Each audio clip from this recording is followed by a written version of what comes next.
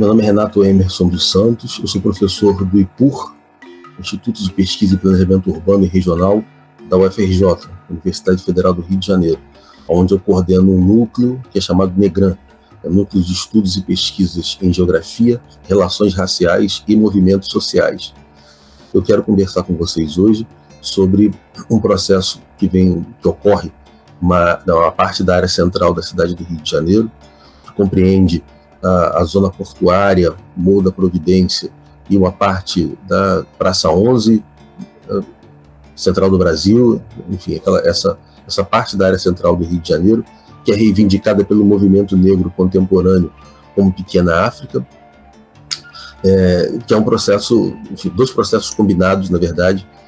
que eu chamo de branqueamento do território e, por outro lado, disputa de lugar.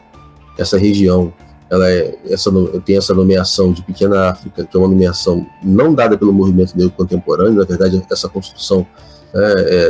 deriva de uma nomeação dada por Heitor dos Prazeres, que foi um artista, compositor e pintor do começo do século passado, do começo do século XX, que chamou aquela região de Pequena África pela forte concentração, presença e importância da população negra naquela região. Essa nomeação vem sendo reivindicada pelo movimento negro contemporâneo, chamando aquela região de Pequena África, pela importância que aquela região tem para a memória negra, da população brasileira, não só que vive na região, mas de toda a população negra do Rio de Janeiro e do Brasil como um todo. Aquela região é a região que abriga o Cais do Valongo, que foi o porto de chegada de africanos sequestrados, traficados para serem escravizados aqui, não só no Rio de Janeiro, mas o principal porto das Américas, o que mais chegou gente para sofrer esse que foi uma das maiores violências da história recente da humanidade, dos últimos séculos da nossa humanidade, se não talvez o maior de toda a história da humanidade. Mas, por outro lado, também é um lugar de agência, guarda patrimônios importantes para rememorar as lutas, não só pela libertação, pela liberdade dessas populações que foram escravizadas, mas no pós-escravidão também é um lugar de construção,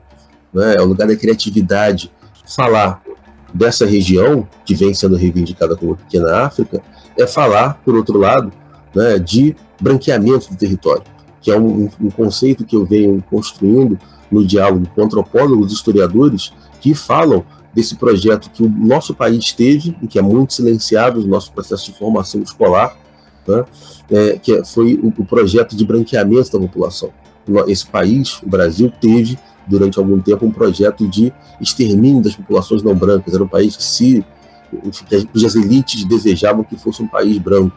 Esse projeto de branqueamento da população, ele tem uma dimensão territorial. Ele não era apenas um projeto de transformação da composição populacional. Ele era um projeto de transformação dessa composição em espaços. Por isso, a gente tem, por exemplo, a importação de imigrantes, o assentamento de imigrantes brancos em diversos lugares e regiões do nosso país, mas era também um processo de branqueamento das nossas matrizes culturais, a imposição das matrizes culturais branco-eurocêntricas, em detrimento das matrizes culturais negras, negro-africanas e indígenas também,